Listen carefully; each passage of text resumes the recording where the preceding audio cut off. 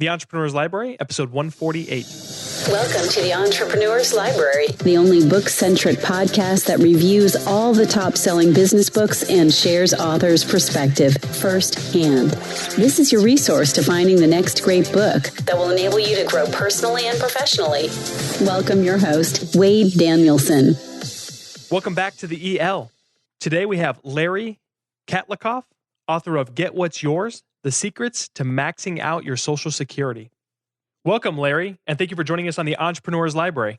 Hey, my pleasure, Wade. Thanks for having me. Will you take just a moment to introduce yourself and tell us just a little bit about you personally before we take a deep dive into the book? Absolutely. I'm Lawrence Kotlikoff. I'm a professor of economics at Boston University. I've been an economist for a long time. I'm about 63 right now. Grew up in New Jersey. I went to Penn for college and got interested in economics, and then went to grad school at Harvard. And I've been having a ball doing economics ever since in different universities, and for a long time here at Boston University. And I work on a whole variety of different areas, whether some are in personal finance, but also in macroeconomics and international economics and banking, taxation. So I've had a lot of fun working in different areas of economics, and I'm very excited about this new book, Get What's Yours, The Secrets to Maxing Out Your Social Security Benefits, which I've co-authored with Paul Solomon, who's the economics correspondent for the PBS NewsHour, and also Phil Moeller, who's a longtime personal finance columnist. And we've had a lot of fun writing this book, and we've tried to write it in a way that's fun, that keeps people awake. This is a inherently dry topic. Social Security is extremely complicated, but it's also extremely important for anybody who's retiring, whether they're poor, middle class, or rich. It's one of your biggest assets, so it's important to get this right. Excellent. Well, Larry, thank you for sharing a little bit about yourself. And now let's do what you were just doing. Let's jump right into your book. Like you said, title, Get What's Yours, The Secrets to Maxing Out Your Social Security. And it wasn't just made available. It's actually about to be made available. I should have confirmed with you. Is it February 17th, 2015? Is that when it's out? That's the pub date with Simon & Schuster, exactly, yeah. Excellent. Okay, very good. Got one right. Larry, we're going to move quickly, but the whole point of this interview is to answer the top questions that our listener / future reader would like to get answered. And the first one is, what was the inspiration behind writing Get What's Yours? Well, we have 10,000 baby boomers retiring every day, and Social Security is about as complicated a benefit system as one could imagine creating. It's just a monster to get straight on your own. So I felt, and my co-authors also feel, that it's very important to help people, that somebody should not get a much better deal than somebody else because they know the rules. And the way the whole book kind of occurred, or the idea of the book occurred, is that I was playing tennis with Paul Solomon, who's the economics correspondent for PBS NewsHour, and we were playing tennis and taking a little break, and I started asking Paul about what Social Security plans he had, and he started telling me, forget it, he understood exactly what to do, and then we kept talking, and I kept pressing him. Turned out within about 2 minutes, I made him $50,000 because he knew nothing about free spousal benefits that he could collect. And then a few weeks later, I was having dinner with one of the top economists in the world, Glenn Lowry, who's a professor at Brown University. Within about 2 minutes, I made him $100,000, $120,000 in survivor benefits, because his wife had recently passed away tragically, and he knew nothing about survivor benefits. He didn't know he was eligible for them. So he was going to merrily go along his way to age 70, collect his highest retirement benefit, and leave on the table $120,000 of free benefits that he was eligible to collect from his wife's work record. So Paul and I started talking about these examples, and the need for a book to explain to people in very easy terms, but also getting all the details right, how to maximize your Social Security benefits. And this, of course, ties in with a software program I have in my company called Maximize Your Social Security, or MaximizeMySocialSecurity.com is the website. So it was natural for me to be interested in writing a book, and especially with Paul. And Phil Moeller is our third co-author, and he's a lifetime personal finance columnist, worked many years with U.S. News, and is now writing for money.com. So we had a good time writing this, and we think it's going to be of great value to the 10,000 baby boomers who are retiring every day. So Larry, I haven't actually read another book like this, so I personally want to know this question as well. What makes your book different from others regarding the same or similar topic? Well, first of all, we try and make it fun. This is about as deadly dull as a topic potentially as there is, but we try and make it fun and say the same thing in different ways so that people can get it into their heads what they should optimally do, and understand some of the basics of the rules and some basic strategies.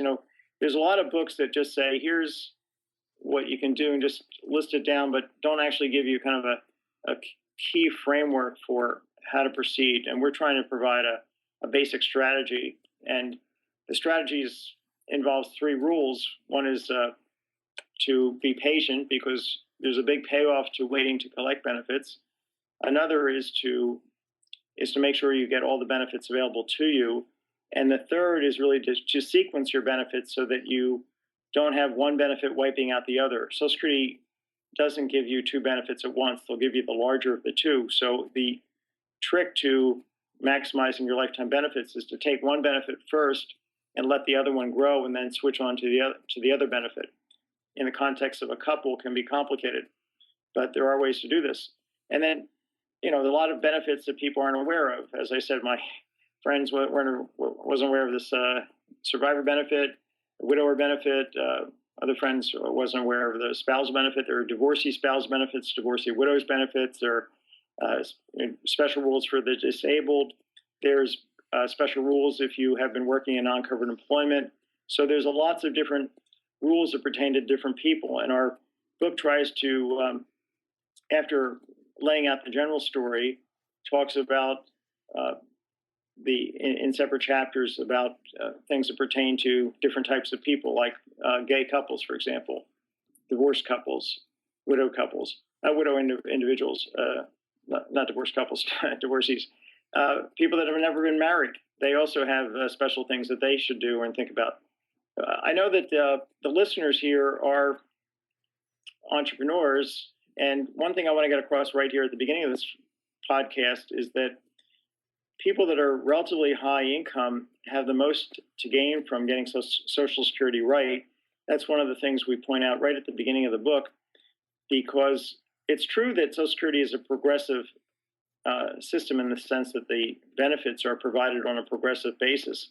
But in absolute terms, the people that have the most to gain are those who've been contributing the most over their lifetime. So as an example, if you take a couple that's today age 60 who were earning the maximum, above the maximum taxable amount, which this year is around $118,000 for their entire lifetime. So every year after year, they were earning above the ceiling. Maybe they came out of law school, got high-paying jobs, and have been high earners.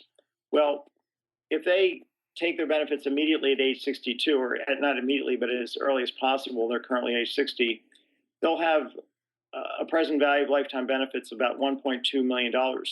But if they optimize their Social Security decisions here, their lifetime benefits will be $1.6 million. So the couple will make an extra $400,000 by maximizing their benefits.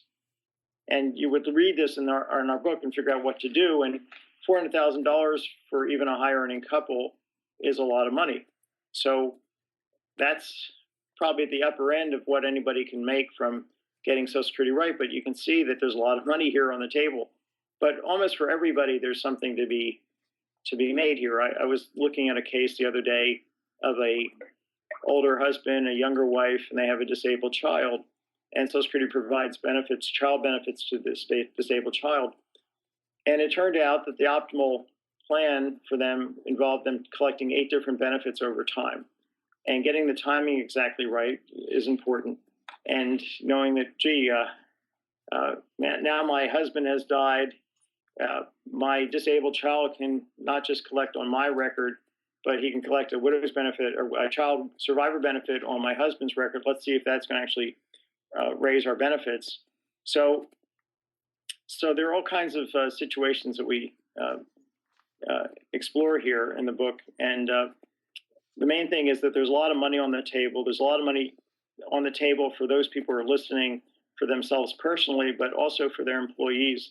If your employees can be handed an extra $10,000 on the way out the door when they retire, or an extra $50,000 or $200,000, that's a big deal to them potentially.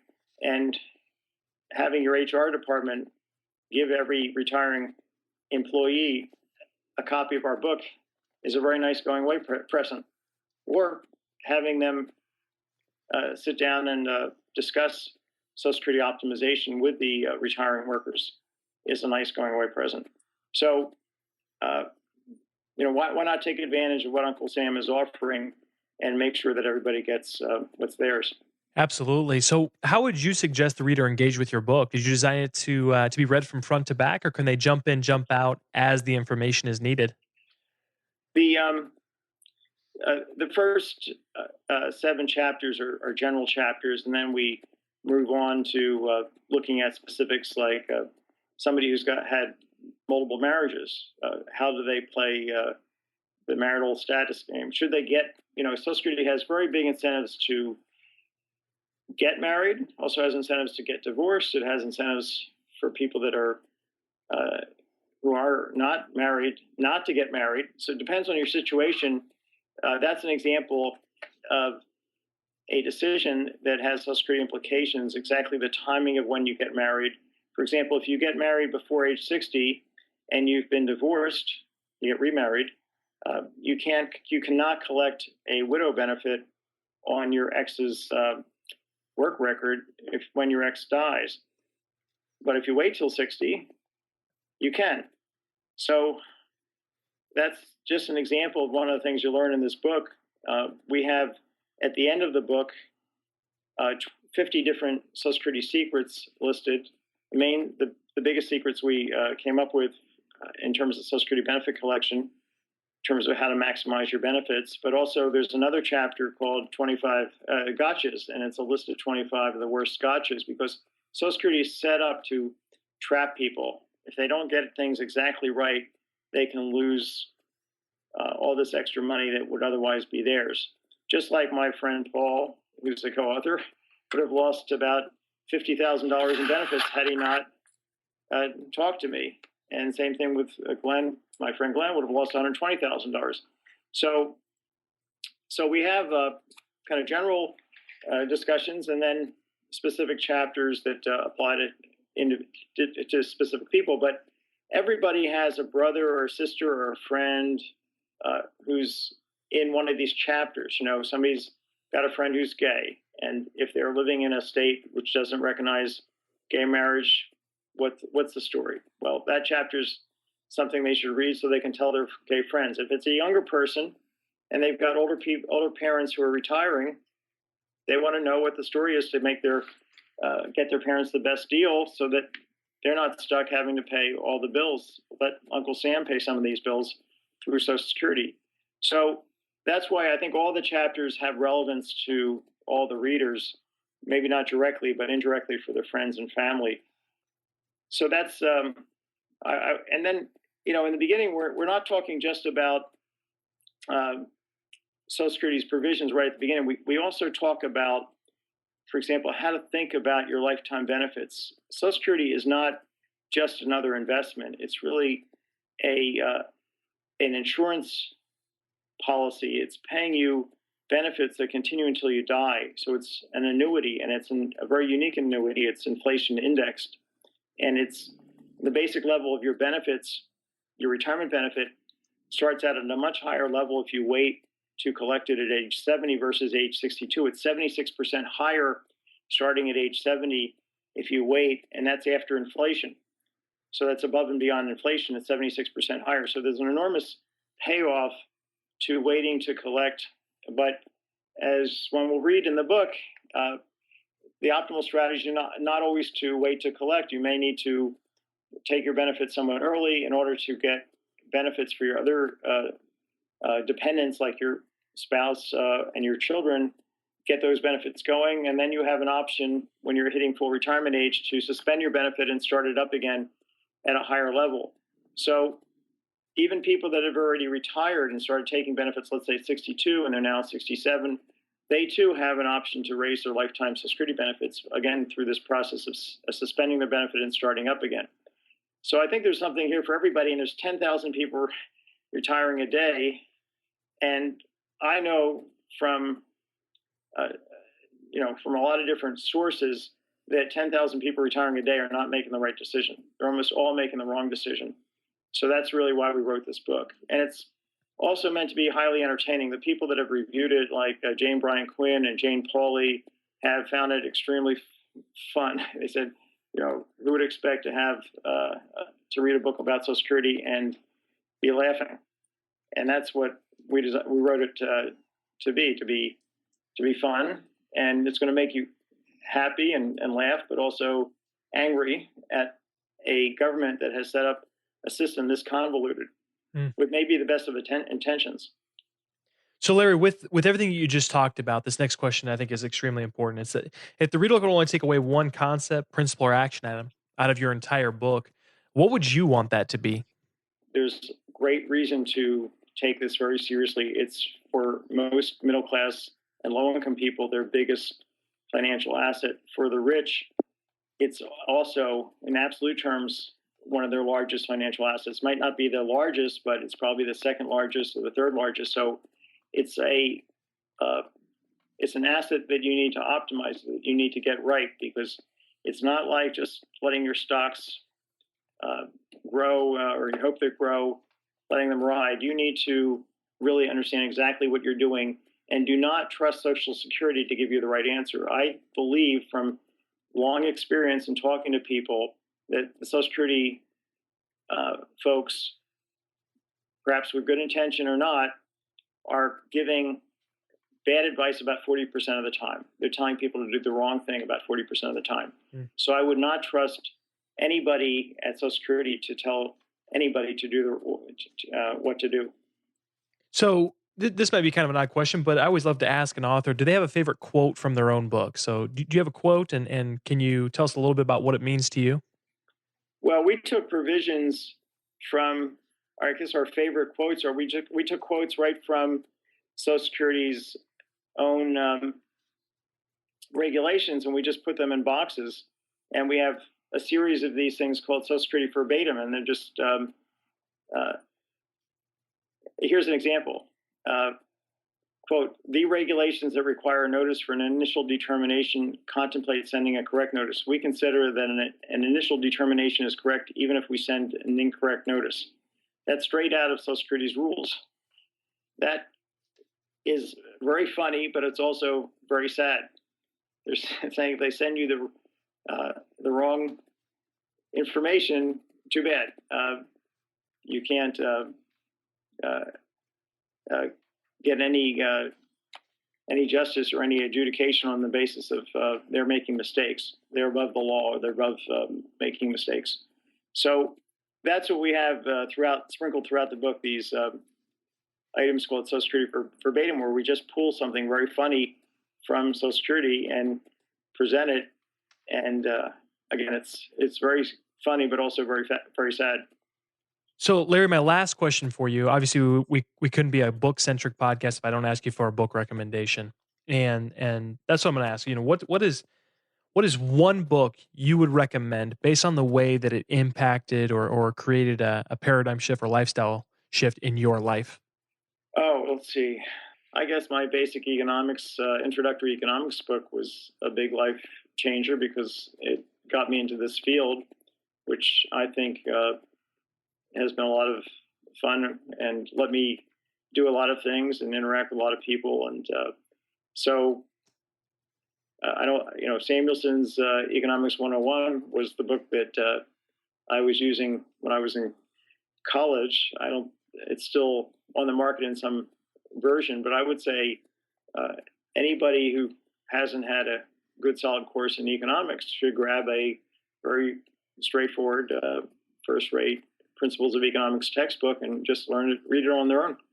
Very good. Well, Larry, thank you so much for coming on. But I want to ask you something before we depart.